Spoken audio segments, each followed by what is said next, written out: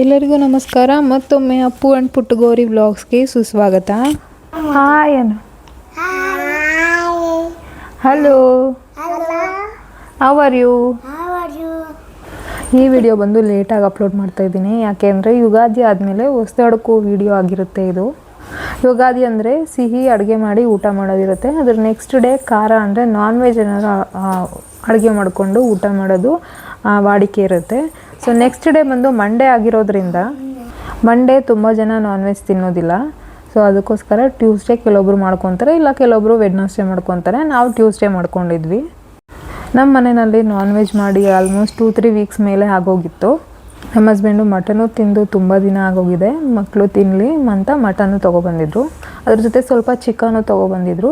ಇವತ್ತಿಂದು recipe ಬಂದು mutton sambar, chicken biryani ಮತ್ತು chicken ಕಬಾಬ್ ಮಾಡ್ತಾಯಿದ್ದೀನಿ. ಈಗ ಮಟನ್ನೆಲ್ಲ ನೀಟಾಗಿ 2-3 ಟೈಮ್ಸ್ ವಾಶ್ ಮಾಡಿ ಇಟ್ಕೊಂಡಿದ್ದೀನಿ. ಈಗ ಒಂದು ಕುಕ್ಕರ್ಗೆ ಸ್ವಲ್ಪ ಆಯಿಲು ಮತ್ತು ಒಂದು ಈರುಳ್ಳಿ ಸಣ್ಣದಾಗಿ ಕಟ್ ಮಾಡಿಬಿಟ್ಟು ಒಗ್ಗರಣೆ ಹಾಕ್ಕೊಂಡಿದ್ದೀನಿ. ಅದಾದಮೇಲೆ ತೊಳೆದು ವಾಶ್ ಮಾಡಿ ಇಟ್ಕೊಂಡಿರೋ ಮಟನ್ನ ಹಾಕ್ಕೊತಾ ಇದ್ದೀನಿ. ನಮ್ಮ ಮನೇಲಿ ಸಣ್ಣ ಕುಕ್ಕರ್ ಇದೆ, ದೊಡ್ಡ ಕುಕ್ಕರ್ ಹಾಳಾಗಿತ್ತು, ಅದರಿಂದ ಇದರಲ್ಲೇ ಅಡುಗೆ ಮಾಡ್ಕೋಬೇಕಾಗಿತ್ತು. ಮತ್ತು ನೀವು ಯಾರಾದರೂ ಸಣ್ಣ ಕುಕ್ಕರಲ್ಲಿ ಮಾಡೋವಾಗ ಕೈ ಆಡಿಸೋದಕ್ಕಾಗಲ್ಲ ಅಂದರೆ ನಾನು ತೋರಿಸಿರೋ ಈ ಮೆಥಡಲ್ಲಿ ಮಾಡಿ ನಿಮಗೂ ಯೂಸ್ಫುಲ್ ಆಗುತ್ತೆ. ಇದನ್ನು ನಮ್ಮ ಅತ್ತೆ ನನಗೆ ಹೇಳ್ಕೊಟ್ಟಿದ್ದು. ಈ ಥರ ಮಾಡ್ಕೊಳ್ಳೋದ್ರಿಂದ ಈ ಮಿಕ್ಸ್ ಮಾಡ್ಕೊಳ್ಳೋದಕ್ಕೆ ತುಂಬಾ ಈಸಿ ಆಗುತ್ತೆ. ಈಗ ರುಚಿಗೆ ಎಷ್ಟು ಬೇಕೋ ಅಷ್ಟು ಉಪ್ಪನ್ನ ಸೇರಿಸ್ಕೊತಾ ಇದ್ದೀನಿ. ಅದ್ರ ಜೊತೆ ಸ್ವಲ್ಪ ಅರಿಶಿನೂ ಸೇರಿಸ್ಕೊತಾ ಇದ್ದೀನಿ. ಈಗ ಉಪ್ಪು ಅರಿಶಿನ ಎರಡೂ ನೀಟಾಗಿ ಎಲ್ಲ ಕಡೆ ಮಿಕ್ಸ್ ಆಗೋ ಥರ ಮಿಕ್ಸ್ ಮಾಡ್ಕೊತಾ ಇದ್ದೀನಿ.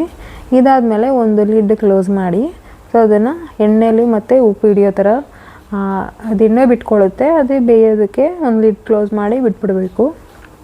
ಒಂದು 2-3 ಮಿನಿಟ್ಸ್ ಹಾಗೇ ಬಿಟ್ಟರೆ ಅದು ಮಟನ್ನಲ್ಲಿರೋ ಎಣ್ಣೆ ಅಂಶ ಎಲ್ಲ ಬಿಟ್ಕೊಂಡಿರುತ್ತೆ. ಇದಾದಮೇಲೆ ಕೆಲವೊಬ್ಬರು ಮಸಾಲೆ ಹಾಕ್ಬಿಟ್ಟು ಇದು ಮಟನ್ ಸಮೇತ ಕೂಗಿಸ್ಕೊತಾರೆ. ನಾನು ಹಾಗೆ ಮಾಡೋದಿಲ್ಲ.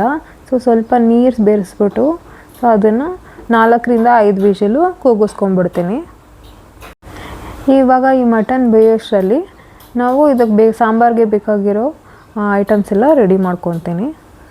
ಈಗ ಒಂದು ಕಡಾಯಿಗೆ ಸ್ವಲ್ಪ ಎಣ್ಣೆ, ಒಂದು ಹೋಳಾಗುವಷ್ಟು ಶುಂಠಿ ಮತ್ತು ಒಂದು ಫುಲ್ಲು ಬೆಳ್ಳುಳ್ಳಿ, ಇದನ್ನು ಫ್ರೈ ಮಾಡ್ಕೋಬೇಕು ಫಸ್ಟು. ಯಾವುದೇ ಥರವಾದ ನಾನ್ ವೆಜ್ ಊಟಕ್ಕೆ ಶುಂಠಿ ಬೆಳ್ಳುಳ್ಳಿನೇ ತುಂಬ ಇಂಪಾರ್ಟೆಂಟು. ನಾವು ಎಷ್ಟು ಯೂಸ್ ಮಾಡ್ತೀವೋ ಸಾಂಬಾರು ಆಗಲಿ ಯಾವುದೇ ಡಿಶ್ ಆಗಲಿ ತುಂಬ ಟೇಸ್ಟ್ ಬರುತ್ತೆ. ಅದಾದಮೇಲೆ ಒಂದು ಈರುಳ್ಳಿ ಫುಲ್ಲು ಕಟ್ ಮಾಡ್ಕೊಂಡಿರೋದನ್ನ ಬೇರೆಸ್ಕೊಂಡು ನೀಟಾಗಿ ಫ್ರೈ ಮಾಡ್ಕೋಬೇಕು. ಅದಾದಮೇಲೆ 1 ಟೊಮೊಟೊ ಕಟ್ ಮಾಡಿಕೊಂಡು ಹಾಕೋಬೇಕು. ಅದನ್ನು ನಾವು ಈ ಥರ ಹುರ್ಕೊಂಡು ಹಾಕೊಳ್ಳೋದ್ರಿಂದ ಸಾಂಬಾರು ಟೇಸ್ಟೇ ಬೇರೆ ಥರ ಚೇಂಜ್ ಆಗುತ್ತೆ.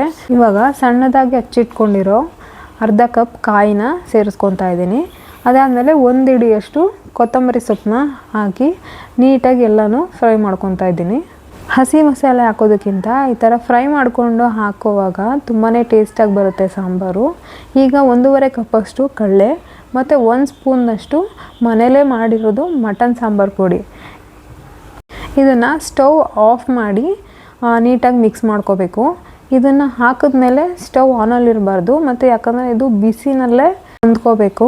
ಕಡಲೆ ಮತ್ತು ಪುಡಿ ಹಾಕಿದಾಗ ನೀವು ಸ್ಟವ್ ಆನ್ ಮಾಡಿದರೆ ಸಿದೋಗೋ ಚಾನ್ಸಸ್ ಇರುತ್ತೆ, ಆವಾಗ ಟೇಸ್ಟೇ ಕೆಟ್ಟೋಗುತ್ತೆ. ನೆಕ್ಸ್ಟ್ ಇದು ಕೂಲ್ ಆದಮೇಲೆ ಒಂದು ಮಿಕ್ಸಿಗೆ ಹಾಕ್ಕೊಂಡು ನೀಟಾಗಿ ಪೇಸ್ಟ್ ಮಾಡ್ಕೊಳ್ಳಿ.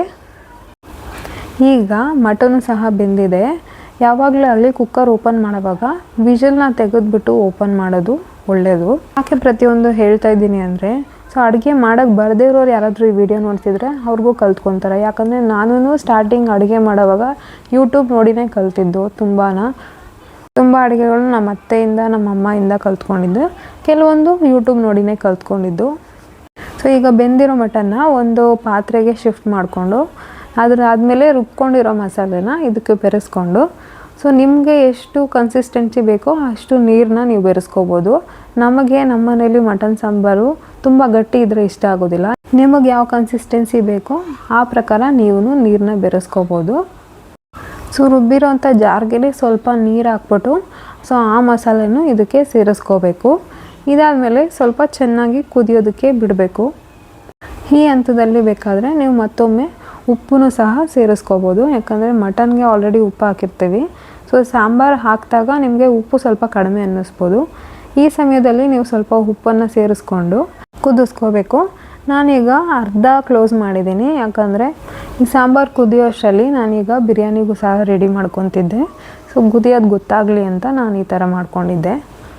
ಈಗ ನೋಡಿ ಚೆನ್ನಾಗಿ ಕುದ್ದು, ಸೊ ಆಯಿಲೆಲ್ಲ ಮೇಲ್ಗಡೆನೇ ಬಿಟ್ಕೊಂಡಿದ್ದೆ. ಅಂದರೆ ಮಟನಲ್ಲೂ ಸಹ ಆಯಿಲ್ ಇರುತ್ತೆ, ಅದನ್ನು ಸಹ ಹಾಗೆ ಬಿಸಿಗೇ ಬಿಟ್ಕೊಳ್ಳುತ್ತೆ.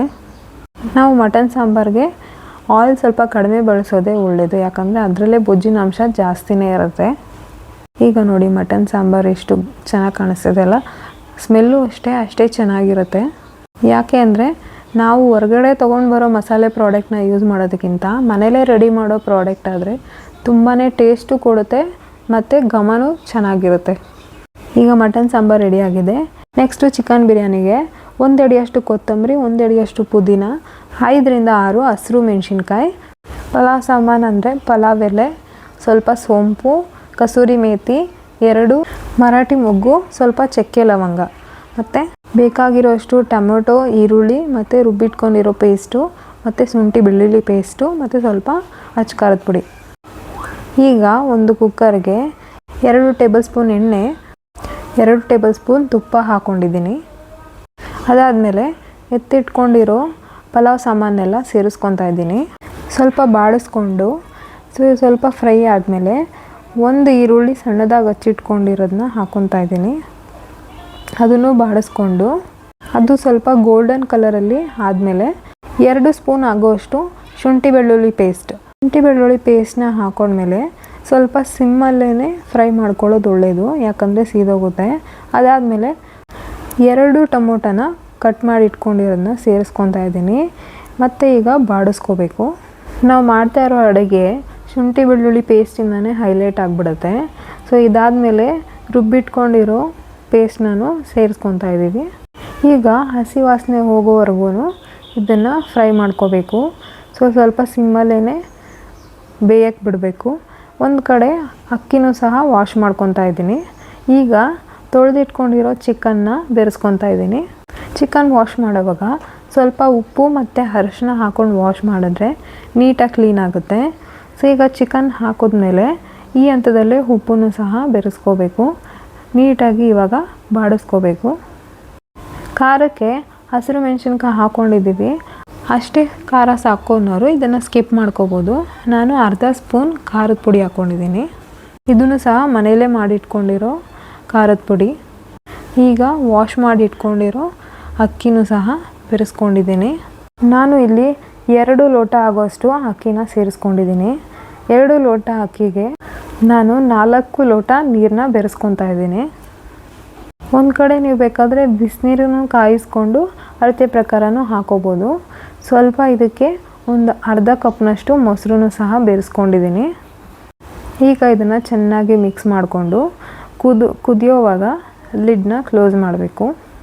ಲಿಡ್ನ ಕ್ಲೋಸ್ ಮಾಡೋವಾಗ ವಿಷಲ್ನ ತೆಗೆದು ಕ್ಲೋಸ್ ಮಾಡಿ ಆಮೇಲೆ ವಿಷಲ್ ಹಾಕೋದ್ರಿಂದ ಕುಕ್ಕರ್ ಬೇಗ ಹಾಳಾಗೋದಿಲ್ಲ. ಮತ್ತು ಈ ಥರ ಕುಕ್ಕರ್ ವಿಷಲ್ ಬಿಡೋವಾಗ ಸೊ ತುಂಬಾ ಹೊರಗಡೆಯಿಂದ ನೀರು ಬಂದ್ಬಿಡುತ್ತೆ. ಆ ಥರ ಆಗಬಾರ್ದು ಅಂತಂದರೆ ಕುಕ್ಕರ್ನ ಮುಚ್ಚೋವಾಗ ಒಳಗಡೆ ಒಂದು ಸ್ಟೀಲ್ದು ಸ್ಪೂನ್ನ ಹಾಕಿ ಕ್ಲೋಸ್ ಮಾಡಿ, ಆವಾಗ ಹೊರಗಡೆ ಬರೋ ನೀರನ್ನ ತಪ್ಪಿಸ್ಬೋದು. ಈ ಟ್ರಿಕ್ಕು ನಮ್ಮ ಮನೇಲಿ ಯಾವಾಗಲೂ ವರ್ಕ್ ಆಗುತ್ತೆ. ಸೊ ಇನ್ನೊಂದು ಕಡೆ ಈಗ ಮೊಸರು ಬಜ್ಜಿಗೂ ರೆಡಿ ಮಾಡ್ಕೊಂಡಿದ್ದೀನಿ. ಮೊಸರು ಬಜ್ಜಿ ನನ್ನ ಮಕ್ಳಿಗೋಸ್ಕರ ಮಾಡ್ಕೊಂಡಿದ್ದು. ಅವ್ರಿಗೇನಾದರೂ ಖಾರ ಅನಿಸ್ತು ಅಂದರೆ ಸೊ ಅವ್ರಿಗೆ ಮ್ಯಾನೇಜ್ ಆಗಲಿ ಅಂತ ನಾನು ಇದನ್ನು ರೆಡಿ ಮಾಡಿಕೊಂಡೆ. ಇನ್ನೊಂದು ಕಡೆ ಈಗ ಕಬಾಬ್ಗೂ ಸಹ ಕಲಸಿಟ್ಕೊತಾ ಇದ್ದೀನಿ. ಪುಟ್ಟಿಗೆ ಅಪ್ಪುಗೆ ಸಾಂಬಾರಿಗಿನ್ನ ಬಿರಿಯಾನಿಗಿನ್ನ ಕಬಾಬ್ ಅಂದ್ರೇ ತುಂಬ ಇಷ್ಟ. ಅದಕ್ಕೆ ಅವ್ರಿಗೋಸ್ಕರ ಕಬಾಬು ಮಾಡೋಣ ಅಂತ ಮಾಡ್ಕೊತಾ ಇದ್ದೀವಿ. ಅಪ್ಪು ಕಬಾಬ್ನ ತುಂಬ ಇಷ್ಟಪಟ್ಟು ತಿಂದ್ರೂ ಪುಟ್ಟಿ ಅಷ್ಟಾಗಿ ತಿನ್ನಲ್ಲ. 2 ರಿಂದ 3 ಪೀಸು ಒಂದು ದಿನಕ್ಕೆ ತಿಂತಾಳಷ್ಟೇ. ಸೊ 1 ಟೈಮ್ಗೆ 1 ಪೀಸ್ ತಿಂತಾಳಷ್ಟೇ. ನಾನು ಇಷ್ಟೆಲ್ಲ ಮಾಡುವಾಗ ಎಲ್ಲರೂ ಹೊರಗಡೆ ಹೋಗಿ ಆಟ ಆಡ್ತಿದ್ರು, ಅದರಿಂದ ನಾನು ಇಷ್ಟೆಲ್ಲ ಅಡುಗೆ ಮಾಡೋದಕ್ಕೆ ಸಾಧ್ಯ ಆಗಿತ್ತು. ಈಗ ಕಂಪ್ಲೀಟಾಗಿ ಕೂಲ್ ಆದಮೇಲೆ ಸೊ ನಾನು ಲಿಡ್ನ ಓಪನ್ ಮಾಡಿದ್ದೀನಿ. ಈಗ ಬಿರಿಯಾನಿನೂ ರೆಡಿಯಾಗಿದೆ. ನಾನು ಪ್ರತಿ ಸಲನೂ ಹೀಗೇ ಮಾಡ್ಕೊಳ್ಳೋದು. ಮಟನ್ ಸಾರು ಮತ್ತು ಚಿಕನ್ ಬಿರಿಯಾನಿ ಮಾಡೋಷ್ಟರಲ್ಲಿ ಆಲ್ಮೋಸ್ಟ್ 11 o'clock ಆಗೋಗಿತ್ತು. ಈಗ 11 o'clockಗೆ ಎಲ್ಲರೂ ಟಿಫನ್ ಮಾಡ್ಕೊತಾ ಇದ್ದೀವಿ. ನಿಮಗೆ ಈ ಬಿರಿಯಾನಿ ಮತ್ತು ಮಟನ್ ಸಾರು ರೆಸಿಪಿ ಇಷ್ಟ ಆಗಿದರೆ ದಯವಿಟ್ಟು ಕಮೆಂಟ್ ಮಾಡಿ ತಿಳಿಸಿ. ಸೊ ಏನಾದರೂ ಮಿಸ್ಟೇಕ್ಸ್ ಇದ್ದರೆ ಅದನ್ನು ಸಹ ತಿಳಿಸಿ. ಮಟನ್ ಸಾರಿಗೆ ಬೆಸ್ಟ್ ಕಾಂಬಿನೇಷನು ಮುದ್ದೆನ ನಾನು ಮಧ್ಯಾಹ್ನಕ್ಕೆ ಅಥವಾ ಈವ್ನಿಂಗ್ ಮಾಡ್ಕೊಳ್ಳೋಣ ಅಂತ ಪ್ಲ್ಯಾನ್ ಮಾಡ್ಕೊಂಡ್ವಿ. ನೋಡಿ ನಮ್ಮ ಮನೆಗೆ ಇವತ್ತು ಸ್ಪೆಷಲ್ ಗೆಸ್ಟ್ ಬಂದಿದ್ದಾರೆ. ಸೊ ನಿಮ್ಗೆ ಇಲ್ಲಿ ಒರಿಜಿನಲ್ಲು ಮತ್ತು ಡೂಪ್ಲಿಕೇಟ್ ಎರಡೂ ತೋರಿಸ್ತಾ ಇದ್ದೀನಿ. ಇದು ಡೂಪ್ಲಿಕೇಟು, ಈಗ ನನ್ನ ಕೈಯಲ್ಲಿರೋದು ಒರಿಜಿನಲ್ಲು. ಪಾಪ ಇದು ರೆಕ್ಕೆ ಮುರಿದೋಗಿತ್ತು, ಇದನ್ನ ಇಟ್ಕೊಂಡು ಎಲ್ಲರೂ ಆಟಾಡ್ತಾಯಿದ್ರು. ಸೊ ಅಂದರೆ ಒಂದು ಸೈಡು ರೆಕ್ಕೆ ಮುರಿದೋಗ್ಬಿಟ್ಟಿದೆ ಅದರದ್ದು. ಸೊ ಹಾರಾಡೋಕ್ಕೆ ತುಂಬಾ ಕಷ್ಟಪಡ್ತಾಯಿತ್ತು. ಆದರೂ ಮನೆ ಒಳಗಡೆ ಬಂದುಬಿಟ್ಟಿದೆ, ಮಕ್ಕಳು ಅದನ್ನು ಬಿಡ್ತಾಯಿಲ್ಲ. ನಮ್ಮ ಮನೆಯವ್ರು ಅದನ್ನು ಕರ್ಕೊಂಡೋಗಿ ಆಚೆ ಬಿಟ್ಬಿಟ್ಟಿದ್ದಕ್ಕೆ ಇಬ್ಬರದು ಒಂದೇ ಗಲಾಟೆ. ಅದಕ್ಕೆ ಮತ್ತೆ ಕೈಯಲ್ಲಿ ಇಟ್ಕೊಂಡಿದ್ದೀನಿ. ಸೊ ಅವ್ರ ಕೈಗೆ ಏನಾದರೂ ಕೊಟ್ಟರೆ ಅದನ್ನು ಸಾಯಿಸೇ ಬಿಡ್ತಾರೆ. ಅಂದರೆ ಅದನ್ನು ಹೆಂಗೆ ಹಿಡ್ಕೋಬೇಕು ಅನ್ನೋದು ಅವ್ರಿಗೆ ಗೊತ್ತಾಗೋದಿಲ್ಲ. ಜೋರಾಗಿ ಗಟ್ಟಿಯಾಗಿ ಹಮ್ಮಕ್ಬಿಟ್ರೆ ಸತ್ತೇ ಹೋಗುತ್ತೆ ಪಾಪ. ಈ ಬೇಸಿಗೆ ಟೈಮಲ್ಲಿ ಬಟರ್ಫ್ಲೈಗಳು ತುಂಬಾ ಜಾಸ್ತಿ ಇರ್ತವೆ. ನಮ್ಮ ಮನೆ ಹತ್ರ ಬಟರ್ಫ್ಲೈ ಮತ್ತು ಬೆಳಿಗ್ಗೆ ಹೊತ್ತು ನವಿಲುಗಳು ತುಂಬಾ ಓಡಾಡ್ತಿರ್ತವೆ. ನೆಕ್ಸ್ಟ್ ಟೈಮ್ ಸಾಧ್ಯ ಆದರೆ ನಾನು ಅದನ್ನು ಸಹ ತೋರಿಸ್ತೀನಿ.